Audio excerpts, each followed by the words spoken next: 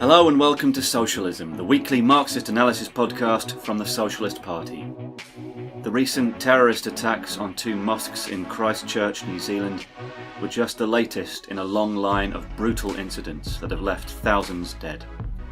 The Socialist Party opposes all individual terrorism and fights for a socialist world free from war, terror and racism. Today we're discussing how the capitalist class responds to this type of attack, and what a socialist programme, offering a working class alternative to this destruction, should look like. Over to Sarah Rack.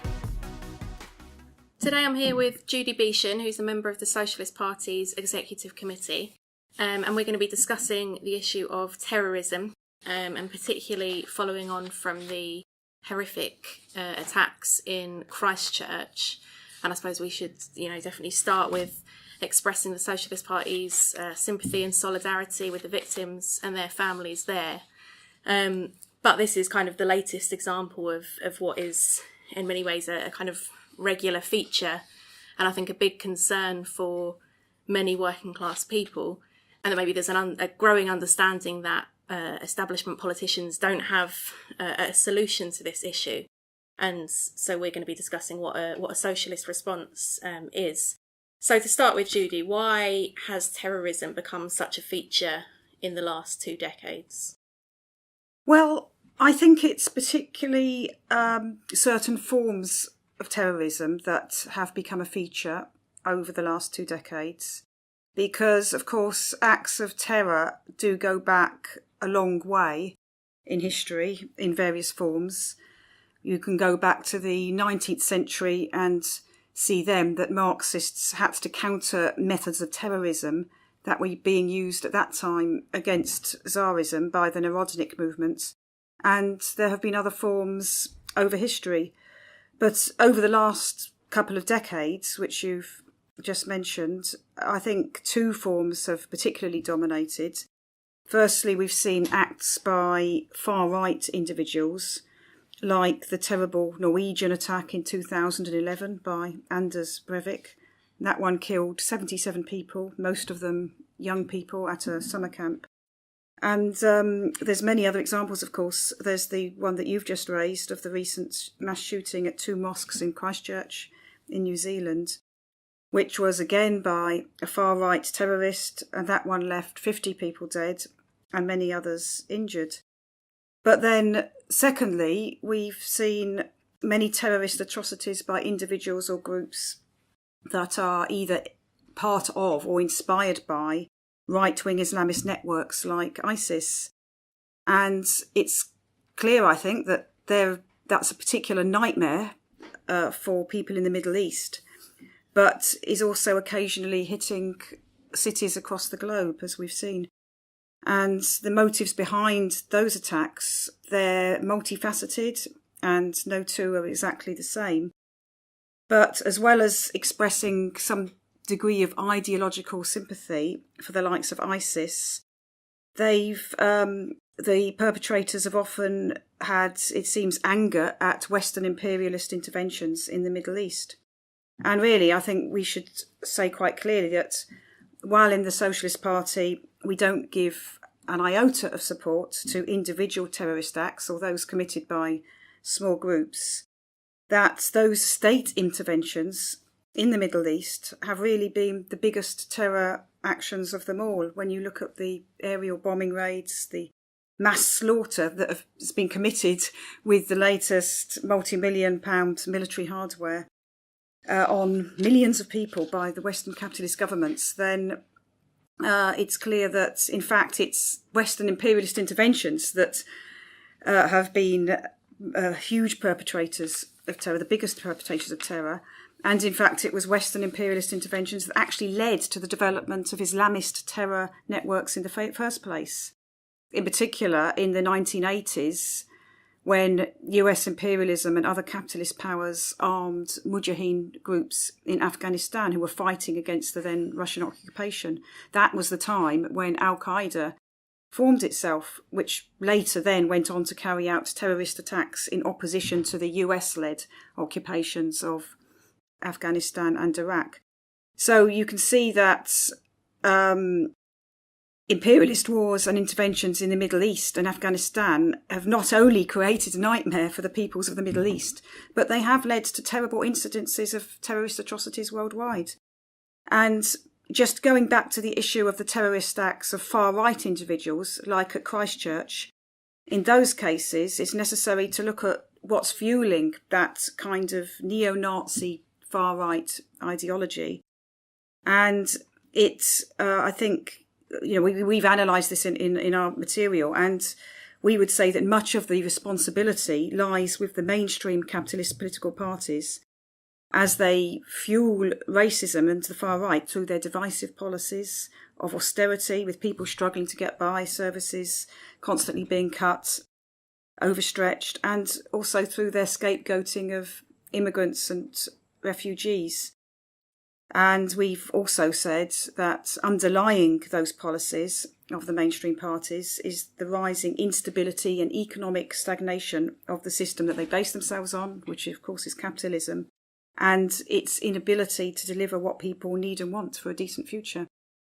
So you've kind of outlined there that there are different types of terrorism.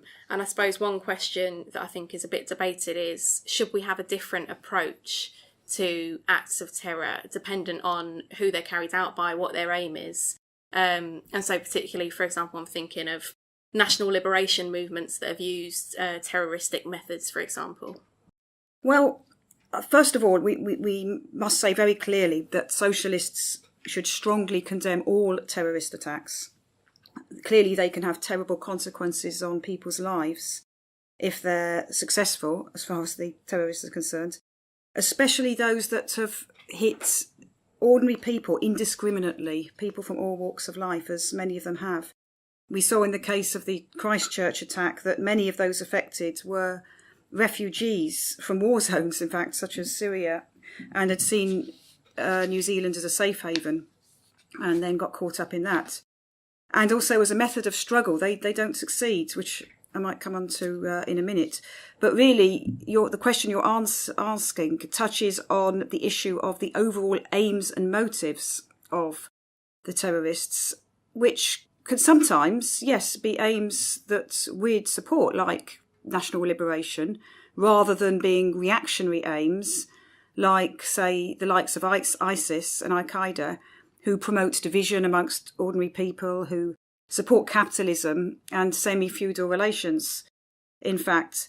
So, yes, we should distinguish between those aims and those of, say, a national liberation movement, some of which, in fact, have adopted aspects of left-wing ideology. But having said that, sympathising with an organisation's motives doesn't mean that we should support whatever methods are used. And in this case that we're talking about here, of the method of terrorism, as a method of struggle to achieve those objectives, we wouldn't agree with that. For instance, I'll give an example. We oppose the brutal repression of the Palestinians in the Gaza Strip by the Israeli military forces, and we support the right of the Palestinians to armed self-defence. But at the same time, we've always recognised that terror attacks committed by Palestinian groups against Israeli civilians are counterproductive as a method of struggle. And this is for several reasons. They bring down greater repression on the Palestinian communities whose name they're done under. They cause needless loss of life of the people they hit, the Israeli civilians they hit. They also play into the hands of the Israeli ruling class, because the Israeli government can use those attacks to pose as the champions of security and law and order, and then draw in support on that basis by increasing repressive measures. And very importantly as well, or most importantly even, they can also undermine the potential for successful mass struggle by the Palestinians, by, in other words, the need for democratically organised mass struggle that can succeed in realising the Palestinian aims, because what these terrorist acts do is they substitute for that struggle the method of secret conspiratorial acts carried out by small groups instead of that mass struggle that's needed. And I think that these consequences of terrorism are broadly the same anywhere in the world. Terrorist methods tend to drive working class people into the arms politically of the bosses and their representatives. We could give other examples. For instance, the terror attacks in Paris in 2015. In the wake of those, a majority of people backed the state of emergency and the extra powers for the state authorities that were imposed by the Hollande government. So terror acts end up being a blind alley, in fact. They don't end up advancing a struggle, no matter what the motives, to go back to your question.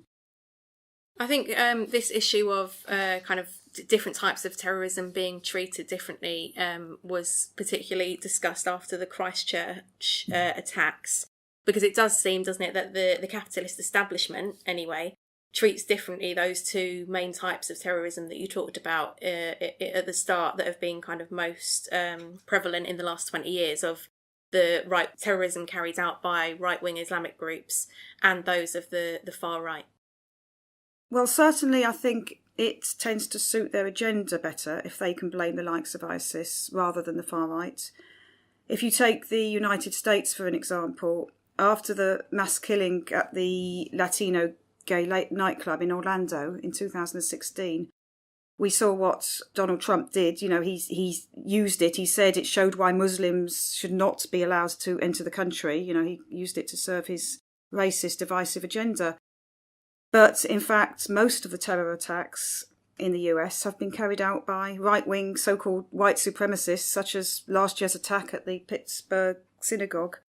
And these are not so much a propaganda gift to Trump, for two reasons, really. One, because the far right and racist right-wing elements in US society are part of his support base, in fact. And secondly, because these attacks raise the question of how far Trump's racist and divisive rhetoric and policies have fueled those far-right elements that are carrying out atrocities like that, and have helped create the conditions for those attacks. And of course, you know, there have been questions on those issues amongst workers and middle-class people across the US.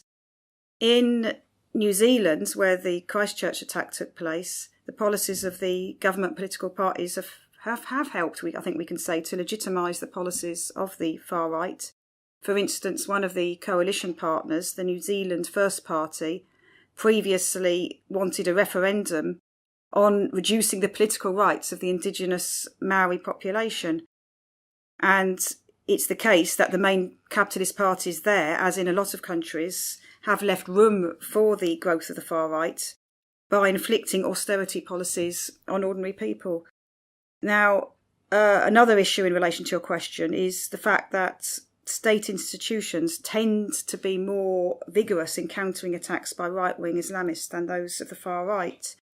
In Britain, for instance, you know, we've just seen that an exposure with the recent trial of a group of suspected members of the neo-Nazi organisation National Action, of the fact that the police hadn't even been watching that organisation, in fact. And it was the whistleblowing of a former member of it who revealed the criminal activity that was going on. So, you know, that's just an example of the way that the state forces, the police and so on, react, you know, in terms of the different types of attack. And this is an issue that has been used to smear Jeremy Corbyn, isn't it? Well, certainly it's been used to try to smear him, yes. The capitalist media realise it's a weak spot, that some left organisations and Labour lefts over time haven't clearly condemned terror acts where they've been committed, particularly by people whose cause they've got some sympathy with. And I think that it's clear that we in the Socialist Party can't be attacked in that way, because we've unequivocally condemned all terrorist acts. And in the case of Jeremy Corbyn, he has stated that he's against all terrorism, but in the past, some of his comments in interviews and so on show that he hasn't clearly condemned terrorist acts that have been committed in the name of causes he supports in a kind of direct manner. He's been accused of evading a direct condemnation, really, particularly of when he's been asked about attacks committed by the Provisional IRA the Irish Republican Army in the past. And if you compare that to the stance that we've taken, we have supported the class-based interests of both the Catholic and Protestant working class in Ireland.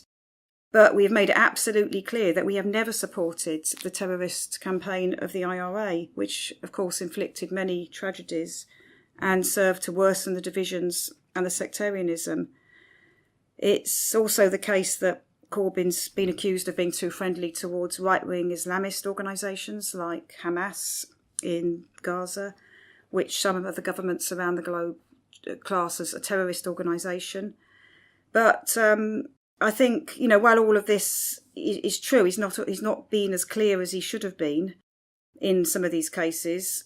It's important for us to recognise that Jeremy Corbyn has always been very strongly opposing the interventions by the Western imperialist governments in the Middle East, in Afghanistan, of course, Iraq, Libya, Syria and so on.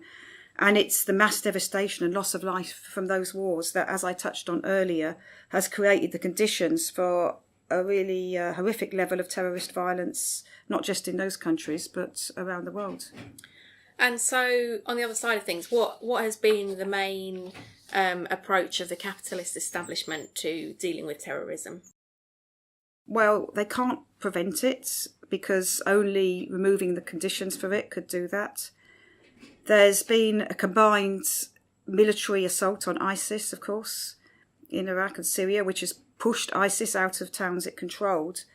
But that isn't going to wipe out the ability of ISIS to carry out terror acts or for offshoots from it to develop and do that. That's not going to be possible by military means, however much they're pushed back in terms of the territory that they've controlled. The main way that governments try to counter terrorism is to try to appear to be tough on security by increasing repressive legislation and apparatus. But we can also say that no amount of doing that can stop terrorist attacks either, because it's not possible for them to close off all the possible ways that these attacks can be carried out. But then, despite that, even though those measures kind of can't completely stamp out terrorism, should we support those counter-terrorist measures that are introduced by capitalist governments? In every country, the state forces already have the power to investigate, arrest and try people that they suspect of criminal acts. So these extra packages of so-called anti-terrorism legislation, rather than actually acting to catch more terrorists and prevent more atrocities, are in effect really measures to be seen to be doing something to address people's fear and anger. And the effect of those measures is to reduce democratic rights and privacy for all of us, in fact. If you look at the state of emergency that was introduced in France just a few years ago by Hollande, that I've referred to, it enabled the authorities to search any premises without any judicial oversight. It enabled them to be able to restrict people's movements in any area that they chose to do so. It gave them the powers to ban public meetings and quite a number of other measures that would affect the day-to-day lives of ordinary people and also those in the labour movement, trade unionists and so on, and protesters. And in fact, these kinds of measures, have been and will be used against peaceful protesters and the workers' movement in the future. In Britain, we're all under greater surveillance now than ever because of the anti-terrorism laws that have been passed here.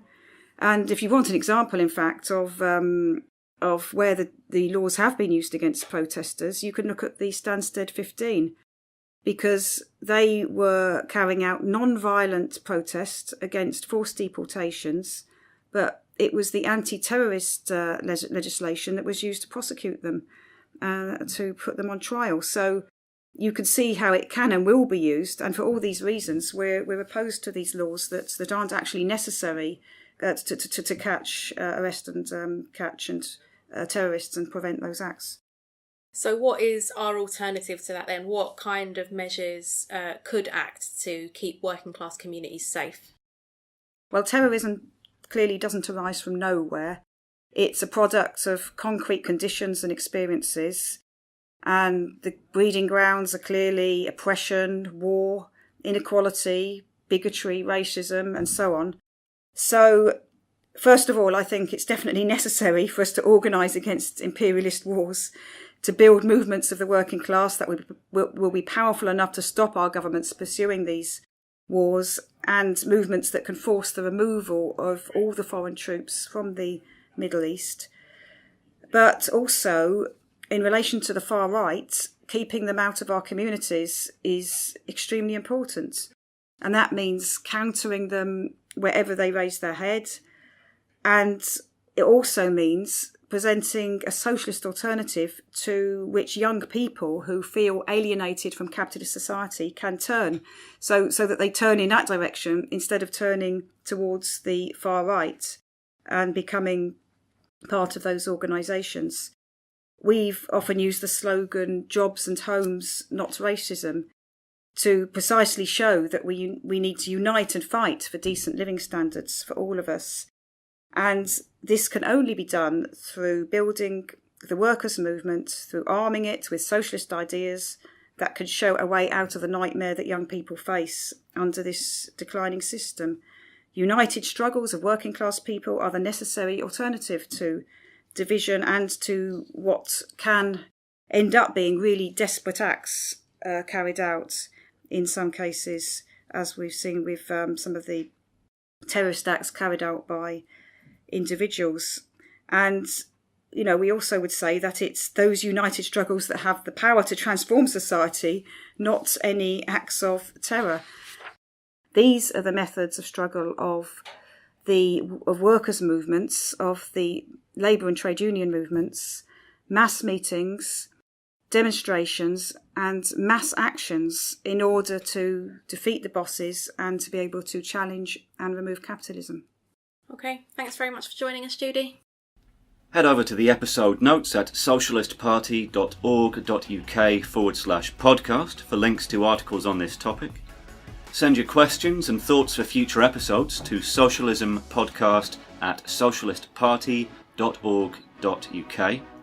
And to help us spread the podcast to even more listeners, please leave us a 5-star review and click subscribe in your podcast app.